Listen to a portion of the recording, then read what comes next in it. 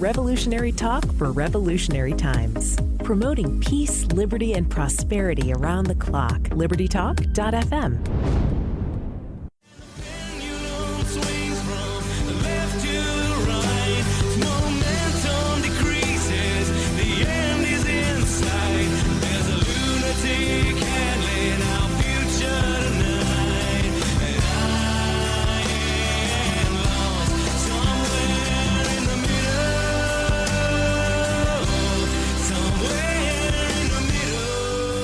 Thanks for being with me, everyone. This is Liberty with Love. I am your host, Robin Koerner. It is a pleasure to be speaking with you or broadcasting to you again. Today we're talking about something super important, and it's so important I can't believe I haven't spoken about it on this show for quite a while.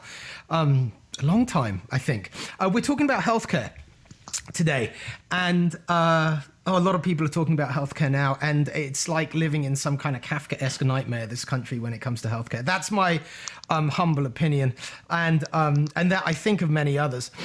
So today I'm speaking to a gentleman called Keith Smith, and the reason I've got him on the show is that, Reason Magazine, among others, did a great piece on the work that he's doing at the Surgery Center of Oklahoma. And Keith is one of an increasing number of doctors who are saying enough already when it comes to the, harmful restrictions and rules and regulations and absurdities that our government imposes on the delivery of healthcare across our country. And what he's doing is so awesome, and I think his approach is so important that I, want to shed some light on it. So, Keith, thank you for coming on the show. I really appreciate it. Thanks for having me. Now, Keith, as I mentioned just before we started recording this, I'm not from around these parts, as evidenced by my strange speech impediment. So, so here's the question that I don't think I will ever be able to get past. How is it that tens or hundreds of thousands of well-meaning, life-saving people in the American healthcare system are perfectly okay based on their actions with somebody paying obscene amounts of money to fund something else that somebody else gets? Why is that all right? I mean, I understand the morality, of course, behind this notion of, in a society where nobody has to die for lack of resources, nobody should die for lack of resources, etc. And so we want, somebody who walks into an emergency room to be treated. I get that, of course. But what I don't get is the fact that we've normalized the idea that it is okay to charge $360 for a 75-cent pill to somebody. And I just don't know that I could in good conscience work in that. And it occurs to me that if if enough people in your profession threw their arms up and said, no, this is just wrong, and maybe went on some kind of strike or some kind of civil action, it might push our lovely cockroaches on Washington, D.C. to do their job properly and morally. I'm obviously barking completely up the wrong tree. So explain to me. It's like I'm just following orders. It's like kind of like the Gestapo to me. I was just following orders. Well, stop. This is immoral. Okay, you can tell I'm already angry, and you haven't even said anything yet, Keith. Over to you. Well, you just described exactly the conditions that drove Dr. Steve Lonte and I to open the Surgery Center of Oklahoma. Okay. We truly felt like we were accomplices and accessories to crimes, participating in the care patients were receiving at hospitals in the early 1990s, care which I would argue began to dwindle in its quality, and of course the price for the care just skyrocketed. Ironically, I was paid less. The surgeons I worked with were paid less and less each year that went by. But we saw the hospitals building on.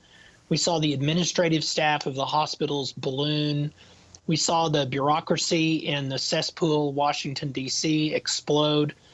And so it was pretty apparent that the market was not at work. There was not a quid pro quo And there hasn't been a quid pro quo, really kind of a mutually beneficial exchange arrangement like exists in other markets in healthcare. And it's all because of federal intervention. It is all because of the violence of the state. So you're exactly right. No one should sleep at night that is participating in this scam unless they just don't feel like they can do anything about it, or they can't even figure out how to hack away. But the culprit, people always have to keep this in mind, as evil as some of the corporate giants are in healthcare in the United States. Uncle Sam is driving the getaway car. All of these favors that these big cronies have received that are making out like bandits, all of these favors have been auctioned off over the years in Washington, D.C. And it's a mess. And the only way to restore sanity to any marketplace like healthcare is actually to introduce the discipline of the market. And that means prices are visible. That means that buyers of medical services can actually shop and compare. And I believe, the market is always at work. Even in healthcare, the market's at work. But when you ignore the discipline of the market, then all you reap are its consequences. If you're in sync with the market and what it can provide, then you have this wonderful bounty of huge surpluses of the availability of high quality care at reasonable prices. And that's what we're trying to do here. When we put our prices online 9 years ago, we basically started a price war where people would print out our prices and take them to their local hospital and say, step up and match this, or we're flying to Oklahoma City. And that had a real deflationary effect on care in the United States. It's a market that was just created by a small surgery center putting prices online. Now, so I agree with you. People shouldn't sleep at night when they are participating in a scam, where patients are charged $100 for an aspirin. But I would argue that it's the institutions, primarily the big hospitals, the big corporate players, and the way that they've been enabled by the cesspool in D.C. Now, when you posted and we're going to talk more about this as the show goes on, but when you posted your prices online, Keith, at the Surgery Center of Oklahoma, and, people started, as you say, printing them out and taking them to other hospitals and saying, match this price. How did that, I was going to say how, but maybe I mean, why did that work? Given that the whole reason we're in this situation is that, and you were kind of speaking towards this, the person who needs the care doesn't have to shop for value because that person is never actually paying. It's coming from, the insurance company or from the government. So why did those hospitals care to even try and match you? Why did they not just throw their hands up and say, well, it doesn't matter. You're not paying it. We're not receiving that number anyway. And we're working on a different model from those guys. Well, and to your first point, the patients to whom we were trying to appeal were the people who actually buy healthcare, the people like Jim Epstein said in the Reason video, the people who had the sticker shock. And these are individuals with high deductibles, health savings accounts, people who are uninsured, Canadians. Canadians were the first patients to show up when we put our prices online because they have a card that says they have coverage. They just don't have access to the care many of them require. But we also discovered, long story short, a group of buyers of medical service that have sticker shock. And these are employers who, sick of the scam of buying insurance from big insurance companies, actually assume the risk themselves and buy health care and medical services for their employees out of operational revenue. These companies are commonly referred to as self-insured or self-funded. And so when we put our prices online, that turned some heads in the self-funded community, and I began receiving invitations to speak in front of large crowds of self-funded employers because they really knew that this was a powerful move for even one physician or facility to break ranks and say, here is what I do and here's how much it is. For a hospital in a community to have a patient jump on an airplane, fly to Oklahoma City, have the kind of care that we render here, have them come home and tell all of their friends is one domino that is going to have a predictable effect on the rest. And it's a very scary thing for a hospital that has worked so hard to create a syndicate or a cartel in their local neighborhood or community. Yes. It's very creepy for them to realize they've lost their grip. Someone has slipped out of town in the dead of the night and has flown, somewhere to receive high quality care at an affordable price. And once the word of that gets out, it's just like light to vampires. It's a disaster for them. No. So the market is very powerful. Rothbard referred to the beauty and the power of the market. And I think people need to keep that in mind. Absolutely. Not only do you save lives, Keith, you have a wonderful way with words. We are going into the first break, and we will be carrying this very interesting conversation on in just a couple of minutes. This is Liberty with Love. I am talking to Keith Smith of the Surgery Center of Oklahoma about the nightmare that is American healthcare. So you're making fantastic points, Keith, of course. Let me ask you this. I obviously agree with you, and I've written as much, about the importance of letting what the market does best operate in healthcare. And one of the things that it does best is it drives efficiency. It drives the delivery of better product and services at lower cost, which is what everybody wants in healthcare, as in everything else, and the opposite of what we're getting right now. Now, to do that, do we not need to stop this norm, this paradigm, in which we pay insurance companies to cover but cheap everyday healthcare needs?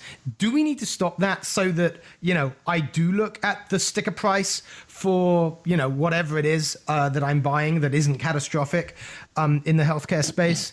And if so, how do we go about making that happen, either kind of practically or politically, legislatively, whatever? Well, the good news is that the answer to your question is that this process has already begun. So when we posted prices 9 years ago, it was just like a tree falling in the forest and nobody really heard it.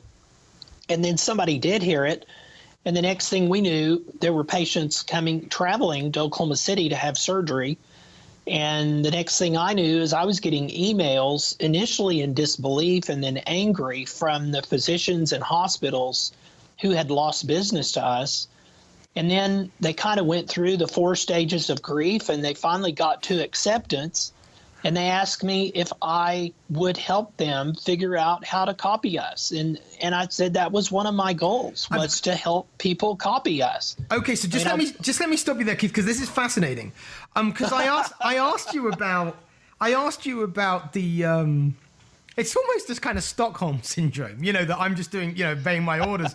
I know those two things are different, but you know what I mean, in the healthcare space. Now, I'm just trying to get my head around doctors being upset at other doctors for saving lives, for making the saving of life and the delivery of healthcare more accessible and cheaper.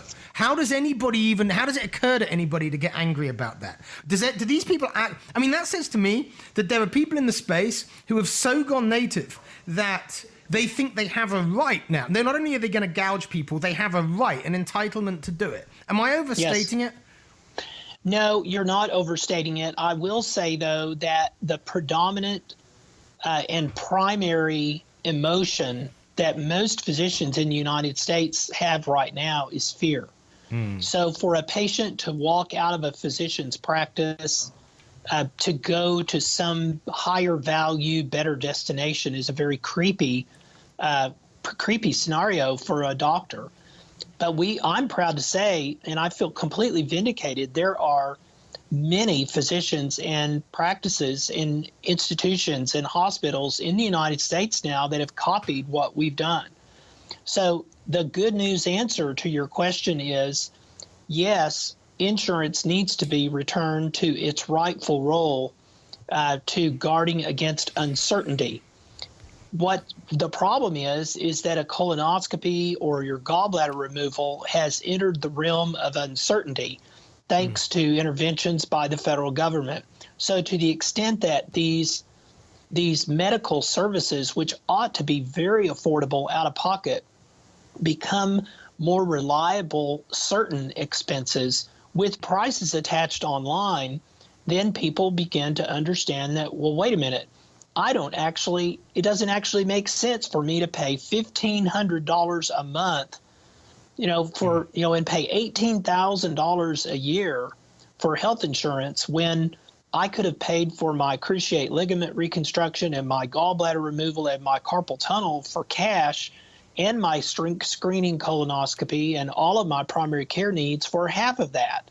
And so when people began to see prices and when people understand that there is actually no excuse for not providing prices, they will demand it. And so every day, more and more procedures with pricing attached are found online, and that gives people a little more certainty, and then they began to want insurance products. And there's a demand for realistic insurance right now. The United States federal government has made affordable insurance illegal. And so, I'm all for making affordable insurance legal again. But to the extent that prices are visible to patients, they become shoppers. And then once their risk is defined, then the situation you've described can happen. Now, I have catastrophic healthcare coverage that I buy as an individual because I have I'm kind of a one-man business. And of course, my premiums went massively up with the Affordable Care Act. I was one of the victims for sure. In where we are now, with this increasingly happening, Keith, do you carry, or would you advise somebody to carry a catastrophic insurance in case they get cancer and need millions of dollars of care long term, and then go to places like yours, Surgery Center of Oklahoma, for kind of everything else? Is that how you... Yes. Okay. Yeah, and I'm a victim of the Unaffordable Coverage Act as well. I had a policy I was perfectly happy with that had a big deductible and low premiums, and I got a letter from those folks that said, We're not offering this anymore. The alternative that I found that fit me the best, that I think most people don't know about, are some of the cost-sharing cooperatives or ministries. There are many of these. There's Liberty Share, MediShare, Samaritan Health Ministries, Christian Health Ministries. These are basically co-ops where people share each other's expenses, and there's not the guy in the $5,000 suit, on his yacht, skimming off of all of those premiums. And so that's for the catastrophic situation. And then for primary care, perhaps the most disruptive part of this free market movement is the direct primary care movement, where patients basically enlist the services of a primary care doctor, not unlike a gym membership. And I think it's about $70 or $80 a month. That's about the average for what is charged for really concierge care. So for $80 a month, a patient can have unlimited access to a primary care doctor. And so when people say, well, yeah, what about chronic disease management and all of these people that need long-term follow-up? Well, they could pay $80 a month, which is less than their cell phone bill probably, and have unlimited access to primary care. So if you have a relationship with a direct primary care physician and you have access to the website of the Free Market Medical Association, which has a lot of physicians and facilities that post their prices there, and then you perhaps participate in one of these cost-sharing cooperatives, you don't need to participate in the insurance scam. And I just hope that Washington, D.C. doesn't make all of these loopholes basically illegal. Now we've got 1 minute in this segment. So why, and I think I know the answer to this question, but I just want to cover it. I've said that I'm I have trouble understanding why this is tolerable to the people in the industry. Why is it tolerable to the insurance companies to pay 10 times what things should cost? Is it because they're making out like bandits? No, they make more money to the extent that the initial charge is very high. Right. So to be brief, insurance companies they make money by collecting premiums, paying claims, and keeping the difference. But they also make a giant amount of money selling discounts. So they make a lot of money receiving a $100 bill for a $5 aspirin and charging someone for discounting that down $95. So somebody pays to the extent that these discounts are achieved. So insurance companies love getting $100,000 bills for surgeries we do at our place for $10,000 because they can charge someone for the discount they achieve. Okay, I'm going to ask you more about that when we get back after this break. This is Liberty with Love. I'm Robin Koerner. Stairway Press is pleased to announce the publication of Robin Koerner's first book, If You Can Keep It, Why We Nearly Lost It and How We Get It Back. Jeffrey Tucker in the book's foreword wrote, "We seek to end government as we know it, but that is not the whole of what we seek. We also favor something beautiful. Explaining what this looks like and the rhetorical apparatus that necessarily accompanies this is the greatest value of Koerner's book." Barry Farber, award-winning talk show host, wrote, "Robin Koerner's political, psychological and philosophical rampage through today's America, turning on lights we didn't even know were off, takes more and more of your intellectual breath away according to how high you rated intellectually in the first place." Chris Ann Hall, constitutional attorney and educator, says, "Robin Koerner is a defender of liberty and a true lover of America's constitutional republic. The knowledge that Robin brings to his readers is sure to be instrumental in the restoration of our American foundational principles." If You Can Keep It, by Robin Koerner, published by Stairway Press. Go to ifyoucankeepit.us for your pre-ordered, personally signed copy. So, Keith, when we went into the break, you were telling me that insurance companies get to charge someone for the discounts they negotiate on the huge bills. Now, just explain that. Who's paying them to discount the bills? Well, the self-funded employers many times are the ones who take that on the chin. So a contract that a self-funded employer might have with a big insurance carrier, the insurance carrier basically has a checkbook, and they pay the claims for a self-funded employer. And when one of the employees of this company, gets a $100,000 bill from the hospital, the insurance company comes to the employer and says, we reduced that bill because of our power and our market share. We reduced it to $20,000. We have saved you $80,000, and per the terms of our agreement, you owe us 40% of that savings that we've achieved. Now, what the employer doesn't know is that the initial bill the hospital was going to issue was probably $50,000. Yeah. And the carrier went into the hospital administrator's office and said, "Can you do a brother a favor and double that and make it $100,000? Okay, hold on, Keith. I thought I knew something about the healthcare space, but my head's going, this is nuts. There is a whole other level of collusion going on here. Yes. Right, an intentional collusion.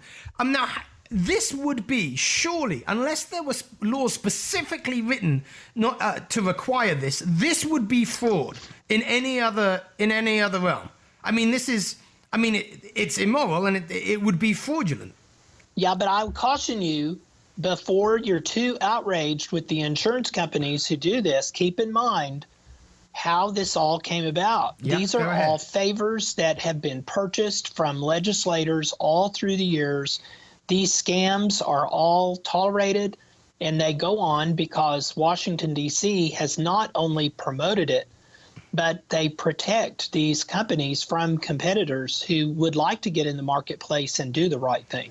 This is the closest thing that I can think of right now to politicians systematically and collectively doing evil because of the effect that this has on people's lives. I might be naive, I might be an eternal optimist, but I do find it hard to believe that, that many people can be that evil intentionally, that consistently. What is your... Do you think, let me put it this way, do you think that all of our so-called representatives in DC understand this? Do they know what they're doing? And do they have some way of morally justifying it to themselves? You know, is there some way of getting around the cognitive dissonance? Or is it really the case that most of our Congress critters are just that evil? What is your take on this? Yeah, I ask myself that question all the time. Somebody the other day said, these guys in D.C., they just don't get it. And I said, no, they get plenty of it. I mean, money from insurance companies? Plenty of it, yeah. So, I mean, if you look at the Senate Republicans and the Senate Democrats that right now are considering all this legislation, it's not too hard to find out who gave them money. So, yeah, I mean, the old question is, are they arrogant, are they evil, or are they ignorant? And I think it lets them off the hook to let them claim ignorance. Really? Yeah. I mean, there is a certain point where, there is professional negligence can be a crime. And they're well past that. At a certain point, ignorance where you start to see the result of your ignorance over decades. At a certain point, you've got to say, hey, guys, wake up, right? You're now completely morally responsible for this. So do you think... You see, it's amazing, isn't it? Because there's this huge political quote debate, unquote, going on now about healthcare. Would there not be massive political capital to be gained by somebody just getting up and explaining this and saying, no, I'm for doing the right thing, A, B, C, and D, just undoing the active harm in the law? And there are some people that over the years have done that. Not everybody in Washington, D.C. is evil.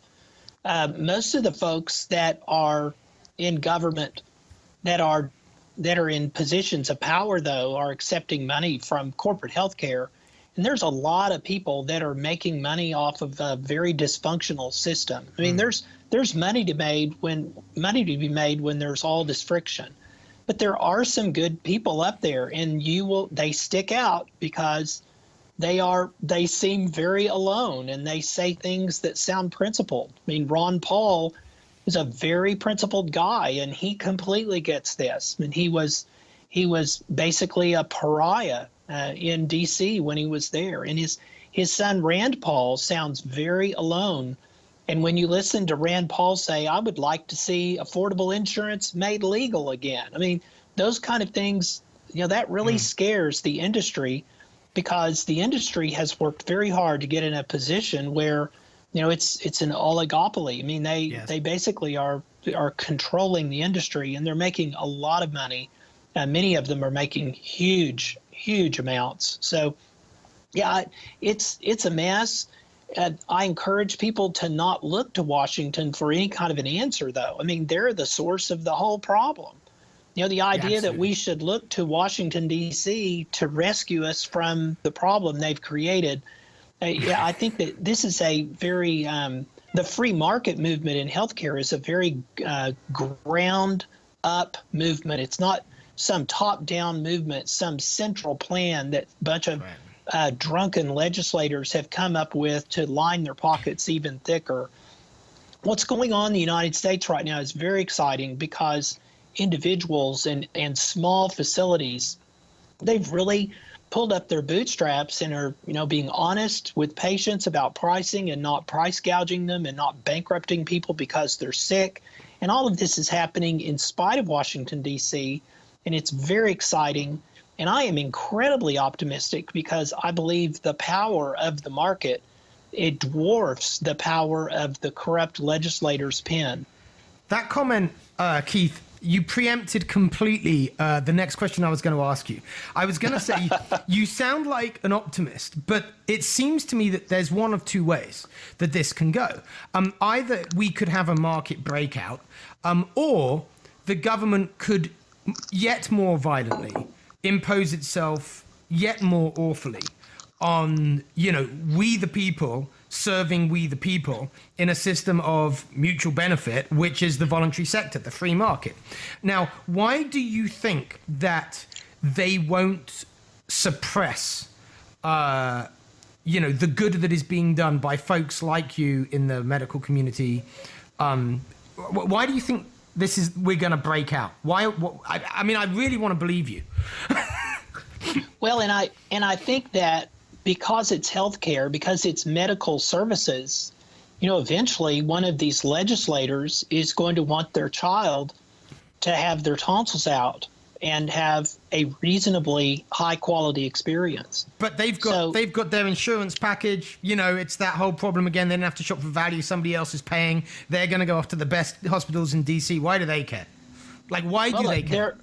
The hospitals, the quality in the hospitals is really sporadic. I mean, you really have to be careful where you shop for medical service delivery. So to completely destroy the market and the incentive that individuals have to actually provide a value service, to completely destroy that incentive is to turn the entire United States healthcare system into the Department of Motor Vehicles. Yes. And no one wants to go there and subject their family to that kind of an experience. Well, so I think that they can only go so far.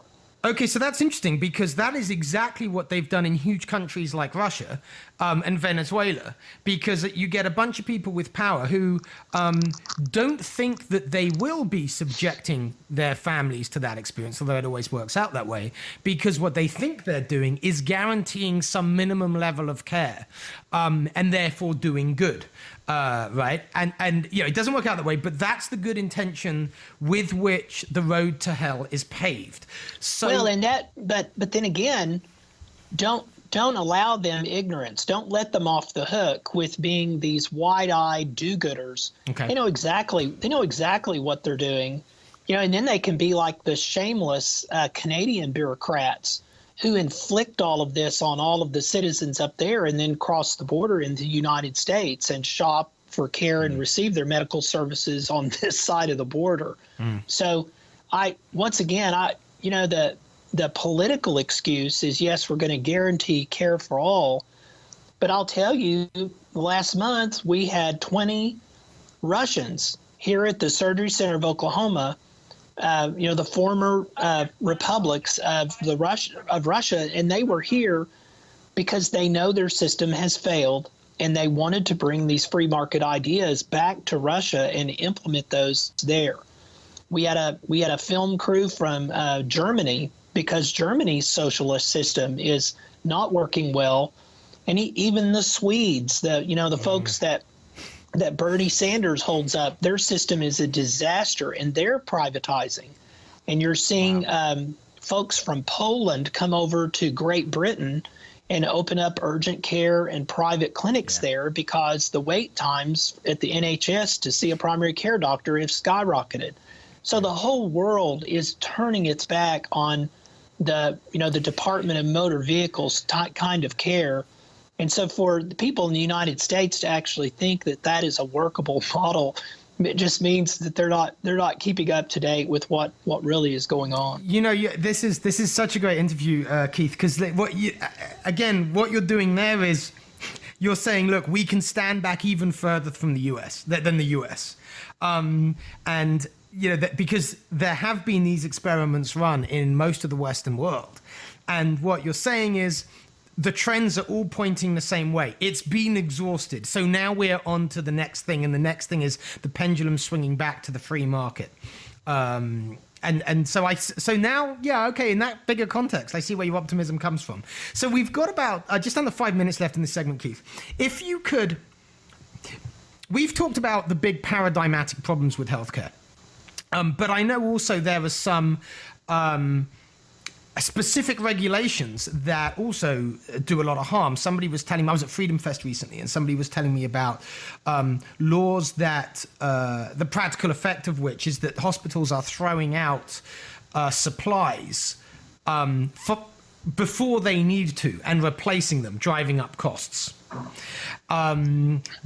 Because they can't. There's liability associated with using a piece of hardware past a date and all this nonsense. So with all of those kind of things in mind, if you could just pull the legal levers of healthcare with like 3 or 4 minutes to go, what would you do to change the laws? If it was you, if you were dictator for the day in America and you were changing the laws governing healthcare, like go down the list, because I bet there's a dozen changes you could make, but in what order of priority?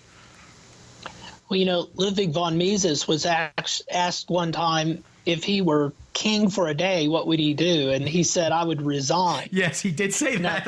I thought of that as I was saying it. Good call. So I'm no central planner. I think all laws at this point are bad unless they repeal. Right. So which would we repeal? So let's talk about repeals.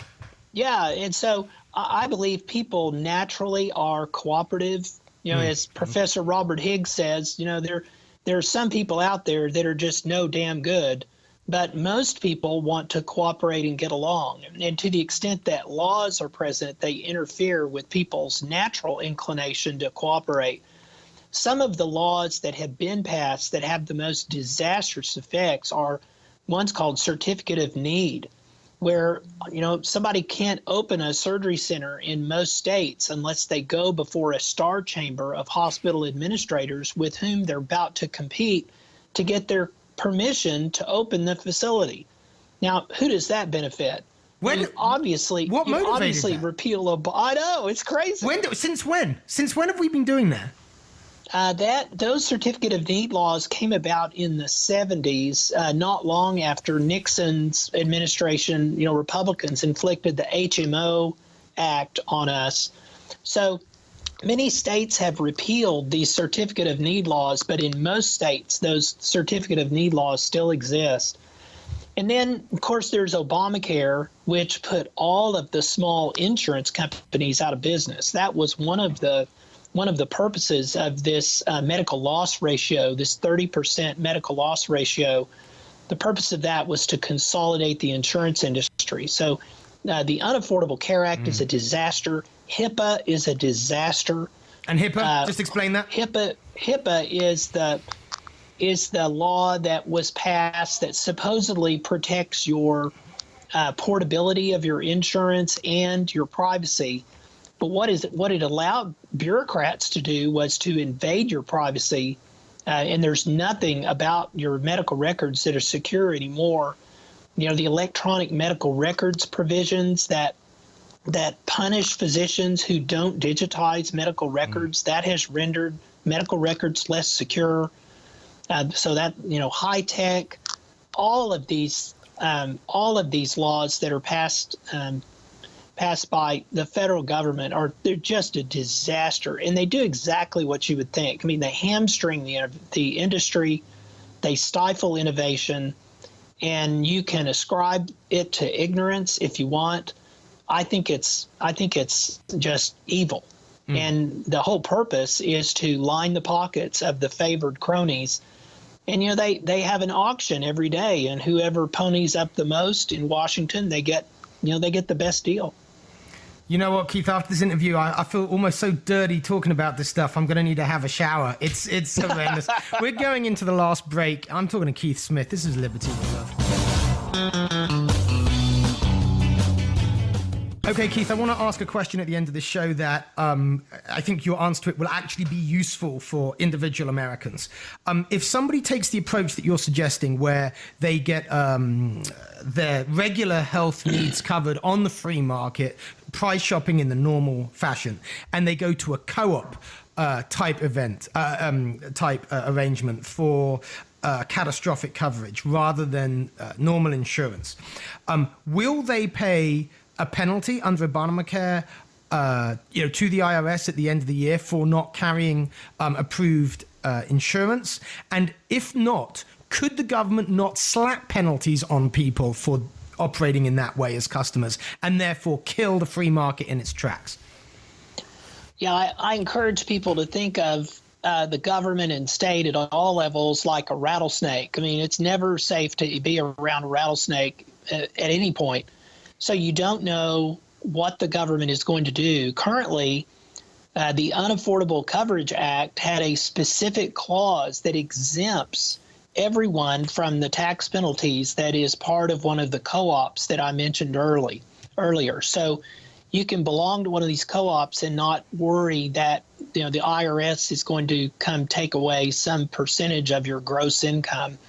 Of course, that can change. And there are a lot of people, primarily the big four insurance carriers that are left, that would like to see that change so that people cannot opt out. People are in the slave camps, paying for insurance that they don't want. Yeah. Okay. We've got just a minute left, so please, Keith, I'm so grateful for what you do for all the folks down there in Oklahoma. I'm so grateful that you've given me this time for this smashing interview today. But please, just give the listeners info if they want to find out more about you, about the topics we've been discussing, or specifically maybe they're down there in Oklahoma and they want to find out about the Surgery Center of Oklahoma.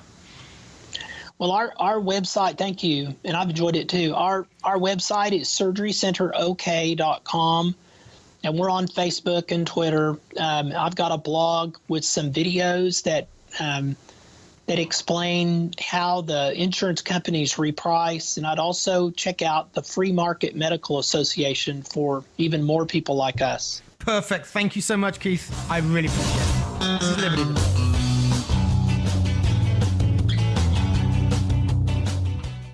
Revolutionary talk for revolutionary times. Promoting peace, liberty, and prosperity around the clock. LibertyTalk.fm.